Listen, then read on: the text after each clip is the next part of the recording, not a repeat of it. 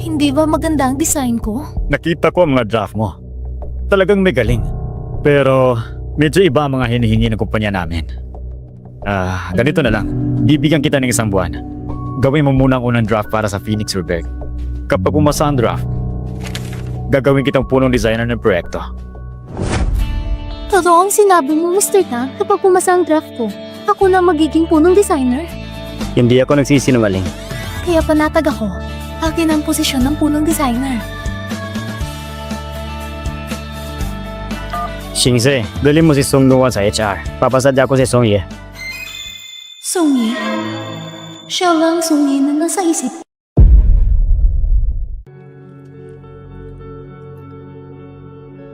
Shinzo, bakit ka nandito sa ganitong oras? Si Xingyan ba? Gusto kong makita? Talagang si Song Yi nga. Nandito siya bilang design manager. Manager Song, ito ang designer na sinabing dalhin ng presidente. Ayusin mo siya. Kumusta?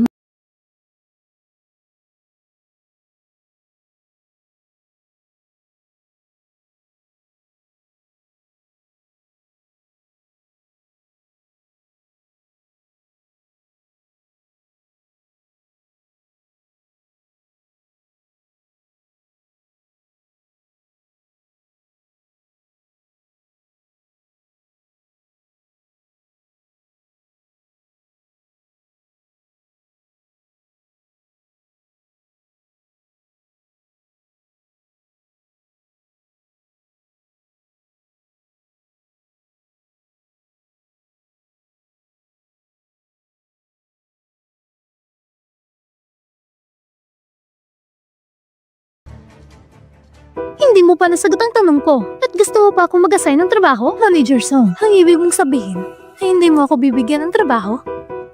Kung ganun, walang director ang design department ngayon. Bilang manager, ako ang pinakamataas dito. Gagawin ko ang gusto ko. Sige, gets ko na. Kung ayaw mo ako bigyan ng trabaho, hahanap na lang ako kay Mr. Tang. Kaya mo ba? Ikaw? Bakit hindi ko kaya? Sige, bibigyan kita. Sana, hindi ka magsisi ha?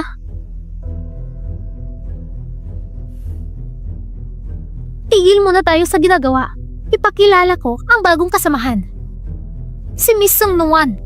Hindi siya nagtapos ng kolehiyo. Dahil sa isang dahilan na hindi pwedeng sabihin, dumating siya sa kumpanya natin. Pakiusap, tulungan ninyong lahat siya na hindi pa nakatapos ng kolehiyo. Pinapasok na natin sa kumpanya. Hilak ng pinto, di kaya makaaway. Song Yu, sa ganitong paraan mo ba ako gustong palayuin ako ng lahat? Napakabata mo. Kahit ganun? Miss, may masamang nangyari. Anong nangyari sa bodega? Natumba ang estante sa bodega. Anong sabi mo? Bakit parang nagmamadali? Natumba ang mga estante? Paano naman ang mga tela sa estante? Natumba rin lahat ng tela. Ngayon, ilang daang roll na tela ang nakalatag sa sahig. Kalat-kalat ang mga label. Hindi na namin malaman kung anong klase ang tela ang alin. Ay nako!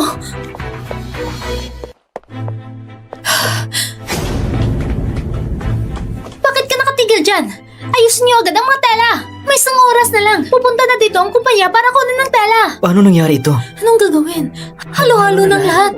Paano magayos sa mga designer na hindi pa nakakakita ng mga tela? Hindi ba naman masyadong pahirapan kami? Hindi na kayo magtatrabaho? Bakit nagtitipon-tipon kayo dito? Si Ian, bakit ka nandito? Bakit nga ba ako nandito? Malaking problema ito! Bakit nga ba ako nandito? Malaking problema ito! Bakit nga ba ako nandito? At saka, sinabi ko sa'yo, sa kumpanya, tawagin mo kong Mr. Tang. Pasensya na, Mr. Tang. Maayos agad ang problema. Naalala ko nga, sinabi ko sa'yo, may problema sa estante. Kailangan ayusin. Sinabi ko sa'yo, may padala mo agad ng tila sa kumpanya eh. Bakit hindi mo ginawa? Sobrang basic ko. Hindi yan dahilan. Ganito lang na maliit na bagay. Hindi po ba nagawa ng maayos? Paano ka pa magiging manager ng design department? Paano natin naayusin to? Tama yan. Pasensya na, Mr. Tang. Hindi na mauulit. Kaya ba nating maayos mga tela sa loob ng 1 oras at kalahati? Mukhang hindi kaya. Marami dito sa mga tela. Para maayos, kailangan namin kunin ng record ng pag-imbak. Ihambing ang mga litrato sa record. Kahit ganon, aabot pa rin ng 3 oras ang kailangan. Pwede bang mas mabilis pa? Mr. Tang, pwede po ba akong sumubok? Sobra kang mataas ang tingin sa sarili. Sinasabi mo ba na kaya mong ayusin ang mga tela sa loob ng 1 oras? Pero Mr. Tang, baka kailangan mo akong bigyan ng ilang assistant. Ikaw lang? Hindi ka pa nakatapos ng kolehiyo. Hindi mo pa alam kung anong fashion diversification. Paano mo kaya aayusin ang lahat ng tela? Mr. Tang, naniniwala ka ba sa akin? Mr. Tang, naniniwala ka ba sa akin? Sige, sa'yo na yan. Mr. Tang! Naniniwala ka talaga na kaya yung ayusin ang lahat ng tela? Kung sinabi niya, bakit hindi ako maniniwala? Pero hindi pa siya nakapagtapos ng kolehiyo. Lahat tayo dito, mga designer, galing sa mga prestiyosong universidad. May mga tela pa na kahit sila, hindi pa nakikita. Paano naman siya magagawa? Oo nga no, totoo. Ganun ba? Paano niya nalaman? Hindi ako nakatapos ng kolehiyo dito sa bansa. Sabi ko na nga, hindi siya nakapagtapos ng kolehiyo. Kaya hindi niya talaga kilala ang mga tela na ito. Pero, nakapagtapos ako ng Royal Academy of Fashion Design sa ibang bansa at may hawak akong degree. Hindi pwede. Royal Academy sa mga pinaka-prestiyosong paralan ng fashion design sa mundo. Taon-taon, 30 estudyante lang ang tinatanggap. Sila ang mga henyo ng henyo. Sinasabi mo ba na karapat-dapat ka? Ito ang aking diploma. Kung hindi ka maniniwala, Miss Song, malaya kang magpatunay kahit kailan. Sadyang nilalaro mo ba ako? Ngayon mo lang inilabas? Gusto mo ba akong pahiyain? Tama na! Kung wala kang magawa, umalis ka na lang! Mr. Tang! Umalis ka! Kung wala kang magawa, umalis ka na lang! Mr. Tang! Umalis ka!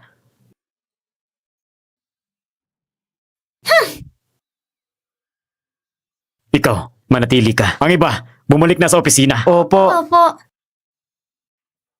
Sumama ka sa akin. Ito ay cotton silk. Ito ay artificial na bulak. Ito naman ay shiny fabric. Kapag hindi natin matukoy ang klase ng tela, pwede natin gamitin ng pagsunog para malaman. Sunugin ang tela gamit ang apoy. Kapag nasunog na ito at nagitim, ilapit mo sa ilong at amuyin. Dahil iba-iba ang material ng tela, iba-iba rin ang amoy na lumalabas ay tinatawag na shushi-luwili. Halika, tingnan mo. Isa itong bagong klase ng tela. Mainam itong gamitin para sa mga evening gown. Ano sa tingin nyo? Maganda ba? Maganda. Talaga namang maganda. Uy, Sunwan! Tingnan mo ito. Kapag hinawakan mo, nararamdaman mo kung anong klaseng tela. Paano mo nagagawa yun? Abe, ang galing mo naman. Kwento mo naman sa amin. Sabi kasi sa akin ng aking guro, ang pagkilala sa mga tela ay isang pundasyon. Anong ginagawa niyo na nagkatipon kayo? May tuwing ba yan? Sama ka dito! Miss Song, may trabaho pa ako. Trabaho? Trabaho? Gusto ko makita kung anong klaseng trabaho yan. Ano? Si Shian, ibinigay sa'yo ang proyekto ng Rebirth from Fire?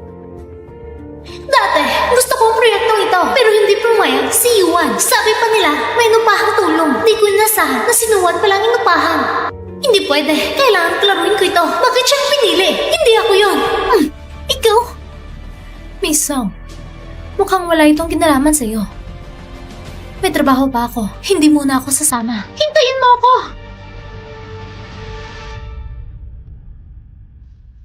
Boss, yung bata nakita natin, na-verify ko na.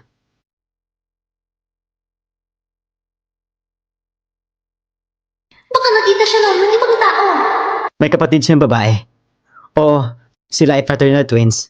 Ang kuya ay si Song Kesho, ang kapatid ay si Song Nuer. Kasulukuyan sila nag-aaral sa Sunshine Kindergarten. Sabi ni Shensi, sila ang dalawang bata sa paligid ni Sunwan. Siguradong nakita sila ni Shensi. Kapag ganun, nakita na talaga siya. Sa ugali niya, kapag natududa siya, sisikapin niya ng imbestigahan. Kung malalaman niya ang mga anak niya, ang dalawang bata. Ipayos natin ang kindergarten ang check-up nila. Bago matapos ang oras ngayong hapon, kumuha ng sample ng dugo ng dalawa. Boss, ibig niyo pong sabihin ay gagawin ang paternity test sa dalawang bata? Oo. Sige, gets ko. Ayusin ko ito ngayon.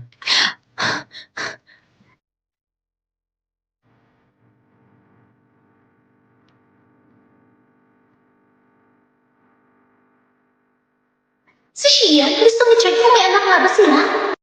Kailangan kong pigilan yun. Sunshine Kindergarten? Mama! Ay, ano nangyari? May problema ba, baby? Kuya, bakit may problema si ate? Oo, may physical exam sila sa school ngayong hapon. Nabigyan siya ng injection at kinuhaan ng dugo. Natakot si ate sa sakit. Ay, halika. Hahaplusin kita para gumaan ang sakit. Kaya na, hindi na masakit. Kuya, haplusan ka rin ni mama. Hindi naman ako nasaktan. Ang tatag talaga ng kuya namin. Tara na, umuwi na tayo. Okay ba? Boss, Yung dalawang bata, sinundo na sila ng kanilang nanay. Sa susunod, sabihin mo lang sa akin tungkol sa mga bata. Wala akong interes sa kanilang nanay. Sige po.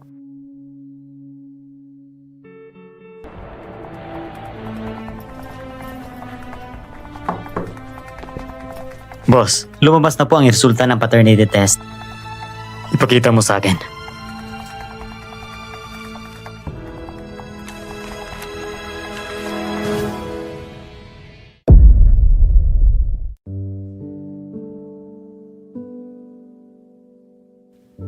Tama nga naman.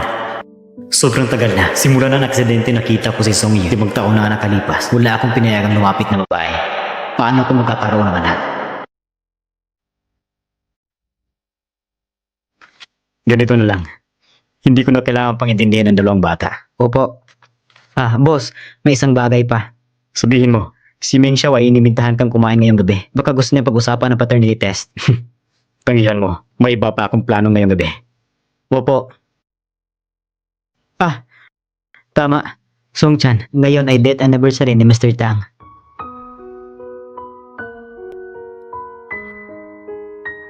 Pangako mo, Shiyan. Kahit wala na si tatay, kailangan alagaan mo pa rin ang mabuti ang sarili mo. Pangalagaan mo ang Tang Corporation.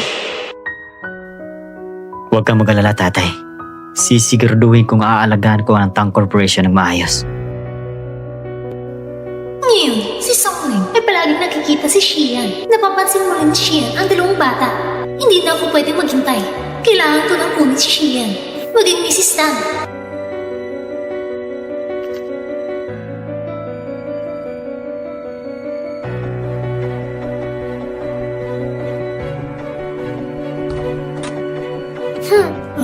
Sino po kayo? Ako ang girlfriend ni Xian. Inimbitahan niya ako magkita. Sabi niya, hintayin ko siya dito sa bahay.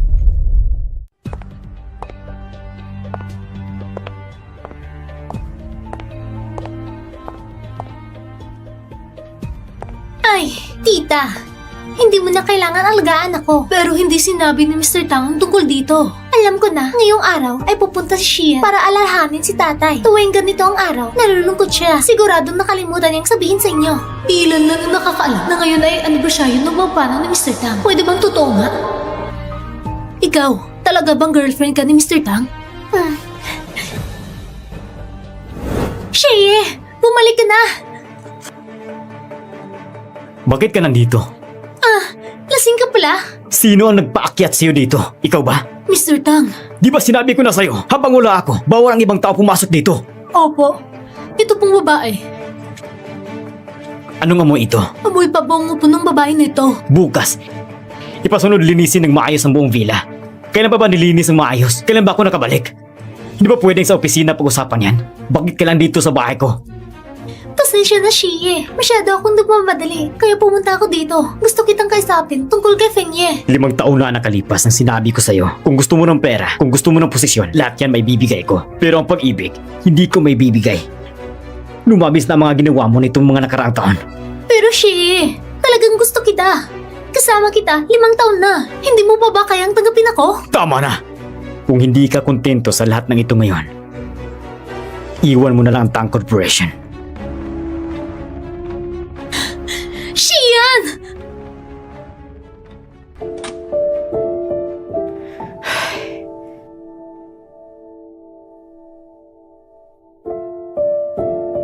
Shinshi, ipadala mo sa akin ang password ng kondo ko sa Blue Whale Garden. Boss, pupunta ka ba doon manirahan? Kailangan mo ba ng tulong para ayusin doon? Hindi na kailangan. Mama, huwag mo akong madaliin. 10 pa lang to. Alam ko na. Babalik na ako agad.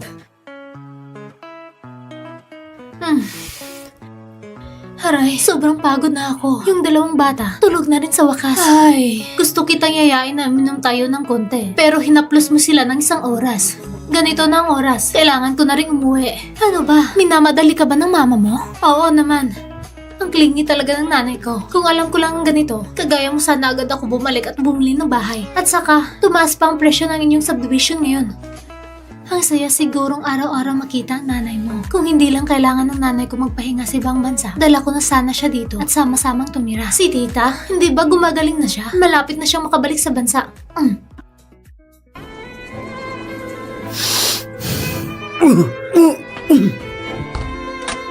Sige, hindi na kita ihatid. Uuwi na ako mag-isa. Sige, paalam. Mag-ingat ka sa daan. Umalis ka na.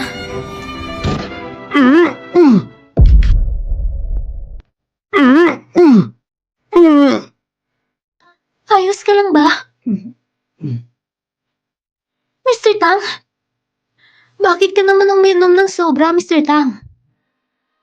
Ikaw pala yan? Mr. Tang, bakit ka sumuka dito? Nakatira kami dito. Sa kabilang bahay? Mr. Tang, baka tulungan na kitang pauwiin muna.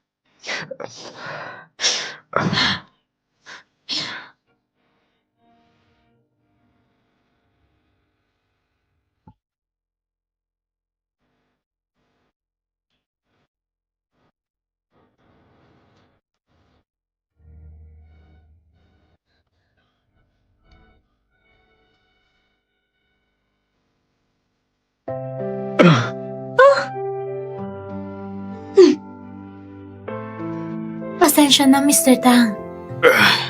Walang anuman.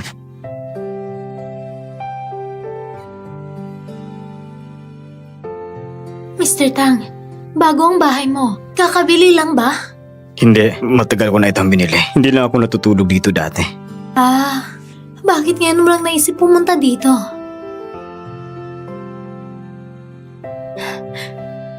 Sige na, Mr. Tang. Magpahinga ka ng mabuti.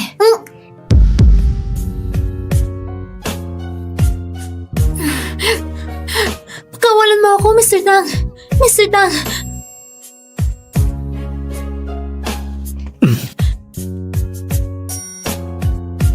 Mr. Tang. Mr. Tang. Baka sa nakaraang buhay, pulis siya. Mahilig siya magtakip. Mama, huwag kang umalis. Mr. Tang, ano ang sinabi mo? Mama, huwag kang aalis. Susunod ako sinabi ni Lulo. Huwag kang aalis. Narinig ko, ang mga magulang ni Mr. Tang ay namatay nung bata pa siya. Hindi lihim na siya ay nalagaan ng kanyang lolo mag-isa. Kaya pala ganun. Dahil sa kanya, ay may tinatagong lungkot na hindi lumilitaw. Sige, hindi na ako aalis. Matulog ka ng mahimbing.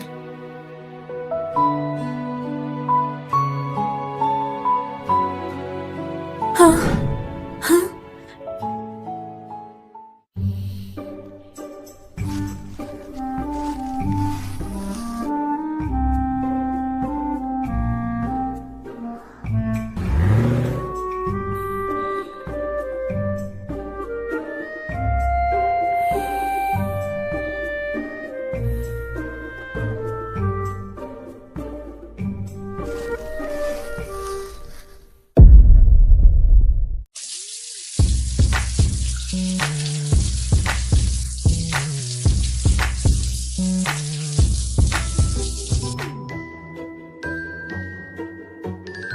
Snow, gising ka na.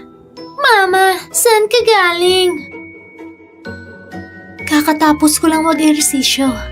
Mama, nagugutom na ako. Sige, gagawa ko ng almusal para sa'yo ha.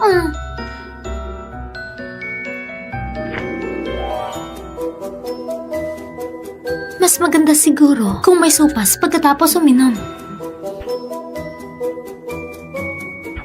Mr. Tang! Pasensya na, Mr. Tang. Hindi ko alam na naliligo ka pala.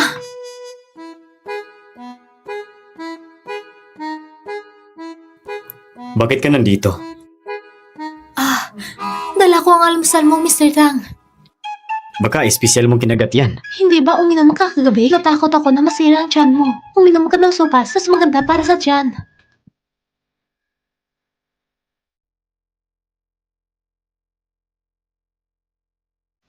Kumusta? Sarap pala. Simula na pumanaw si Lulo. Matagal na rin mula na may magpakita ganito ng pag-alaga sa akin.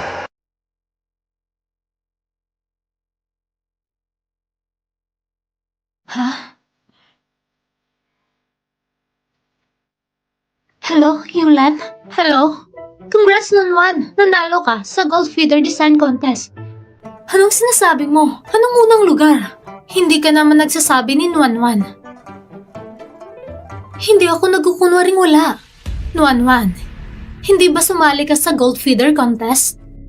Yulan, sobrang basic ko. Wala akong oras sumali sa Gold Feeder. Hindi yata tama. Kung hindi ka sumali, sino naman ang misong na nanalo sa unang lugar? Tinignan ko ang kanyang design. Parang ang design ay yung ginawa mo dati bilang Mina. Ang design na yun. Sandali lang ha. I-check ko muna. Sige. Talagang akin ang design. Kahit sino pa yung nag-copy-paste ng design ko para sumali. Tigilan muna natin ang ginagawa. Ngayong gabi, alas 8, sa private room, ako ang nagpapaikot ng pagkain. Kung hindi ka darating, parang hindi mo na ako binibigyan ng respeto. Manager Song, may magandang balita ba kayo? Hindi nyo ba nakita ang result ng Gold Feeder ngayong araw? Manager Song, ang nanalo ng first place sa regional contest sa Jiangxing. Tama ang sinabi mo na ako ang nanalo ng first place. Kaya nga, inaanyayahan ko yung kumain. Designer Song. Parang hindi ka masaya na ako nanalo Song Yuan, ay ginagamit ang design ko para manalo. Ang tapang mo pa. Nakakatuwa naman. Pero, mukhang hindi mo alam na ako mismo si Nina. Pasensya na, Manager Song. Naiisip ko lang ang iba. Sige, ako ang bahala sa dinner mamayang gabi. Hindi ba darating ang Designer Song? Talagang gusto kong pumunta. Congrats, Manager Song. Sayang lang, may gagawin ako mamayang gabi. Talagang busy ang Designer Song. Gustong-gusto mong kopyahin si Master Song Yu. Sige, hayaan mong kopyahin mo ng todo. Gabi na, kumain na tayo. Kuya, bakit alam mo lang ang kumain? Sige na, sasama ka ba o hindi? Sige na.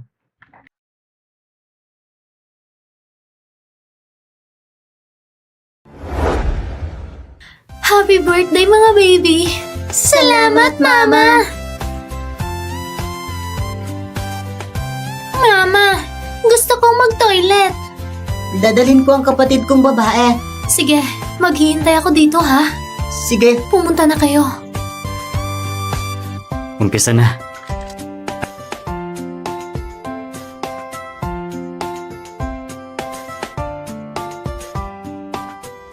Ako na. Sige, ikaw na.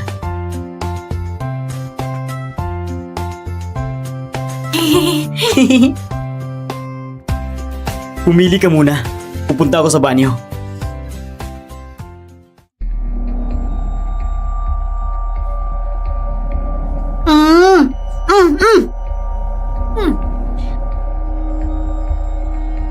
Mama, kanina kami ni Kuya pauwi. Nakakita kami ng isang kakaibang mister. Hindi naman ba ginamit ng mister ang kapwa ninyo? Hindi, pinigil niya lang kami at tinitignan ng tuloy-tuloy. Sabi niya, sobrang galing daw ang pagkakahawig namin, pero tinapakan ko siya. Kaya dali-dali kaming umalis ni Yuner. Sobrang pagkakahawig. Paano pa naman sa dalawang bata? Siyempre, sila ang tunay na mga ama nila. Baka ang kakaibang mister ang nakita ng mga baby. Kakilala ang kanilang tunay na ama. Kung ganun, baka nandito rin ang lalaking yun. Paano kung hanapin niya ako para agawin ng mga bata? Mama, anong problema mo? Mga anak, umuwi na muna tayo. Bakit, Mama? Hindi pa tayo kumakain. Uuwi tayo. Gagawa ako ng masarap na pagkain. Tara. Mama! Huwag kang matakot. Nandito si Mama.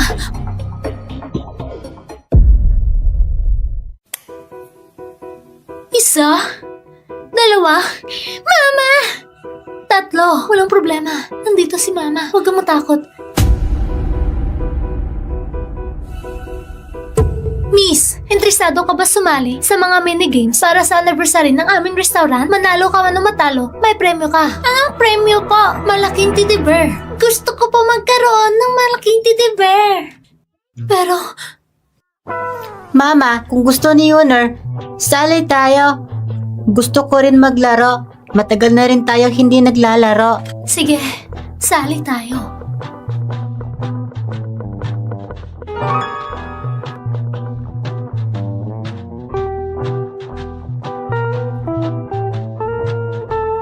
tayo halata.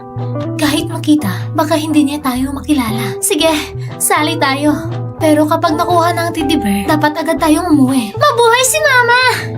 Sige, punta na. Pakisuyo yung mga tatlong kinatawan ang pumili ng mga laro. Tignan mo yan.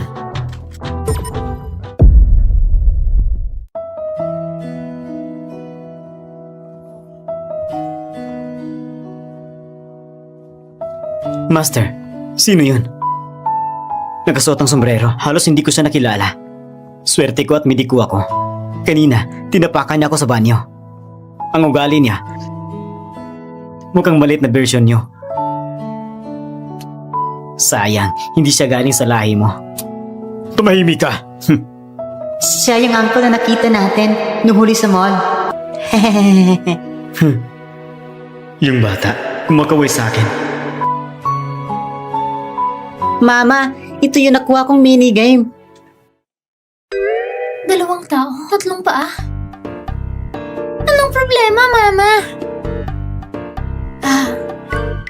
Walang problema si Mama. Pero, baby, kulang tayo ng tao. Pwede ba nating sabihin sa atin na palitan ang laro? Hindi pwede. Sabi ng ate, dapat mag-team ang papa at mama. Ako at si Yuner ang isang team. Pero wala naman kayong papa. Mama, nakahanap ako ng papa. Saan ka nakahanap ng papa? Ha? Teka. Hindi ba niya hahanapin yung kabilang uncle? Tatawagin niya ang tunay niyang tatay.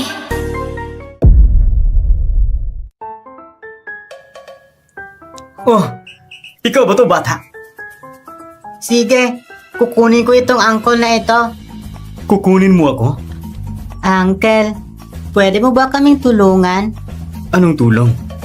Pwede ka bang pansamantalang maging papa namin ni Yuner? At makipaglaro sa amin ng isang laro?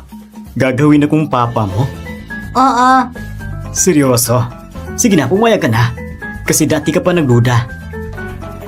Tumahimik ka nga. Alam ba ito ng papa mo? hindi ko pa alam kung nasaan ang tatay ko. Anong sabi mo? Wala naman, uncle.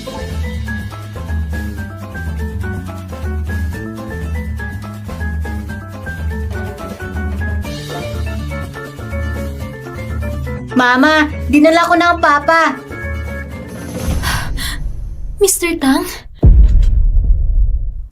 Mama, dinala ko na ang papa.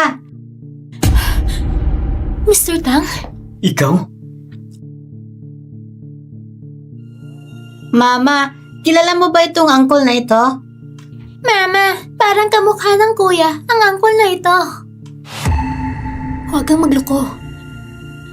Mr. Tang, hindi pa marunong ang bunsong anak. Pasensya na. Huwag mo nang isipin. Ikaw ang mama nila, di ba? Oo, Ikaw ay kasal na? ang pagiging buntis bago magpakasal ay hindi maganda. Mas mabuting huwag malaman ni Mr. Tang. Oo, kasal na ako. Mr. Tang, pasensya na dinala kayo ng anak ko rito. Alis na kami. Walang problema. Pero sinabi ko kanina, nandito lang ako para tumulong. Magkikipaglaro lang. Huwag mo akong paalisin agad.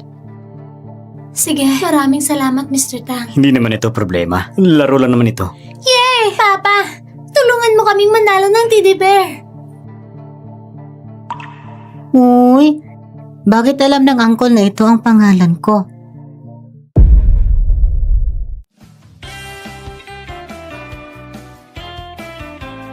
Mr. Tang, yung dalawang paa natin, ang pagbubuklarin ko na ngayon. Kung masakit o hindi komportable, sabihin mo lang sa akin.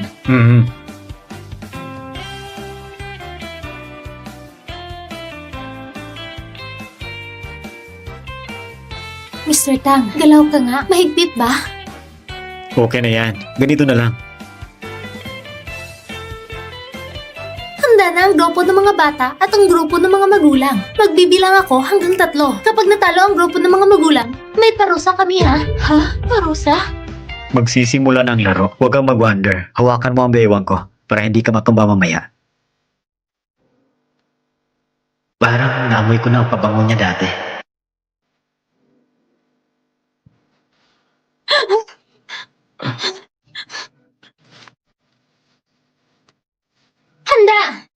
Isa, dalawa, takbo!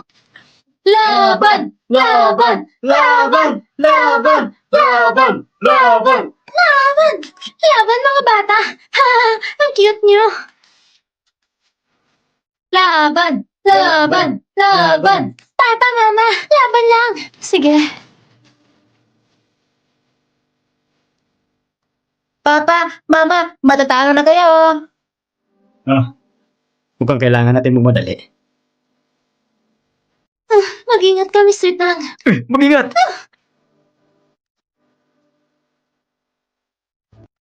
Mr. Tang!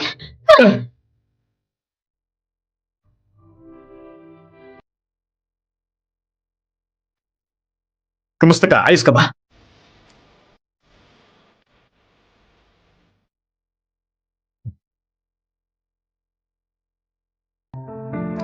Bakit mo ako hinarangan kanina? Nakita kong may tubig sa harap. Baka matapilok ka. Pasensya na. Miss, kasalanan namin ito. Pasensya na talaga. Malaki naman ang hotel niyo, pero bakit hindi niyo makita may tubig sa sahig? Oo, kasalanan namin yan. Sir, libre ang iyong pagkain ngayong gabi. At bibigyan namin ng Miss ng lifetime membership card. Ay, sige na nga. Nguya. Tingnan mo nga ang paa niya.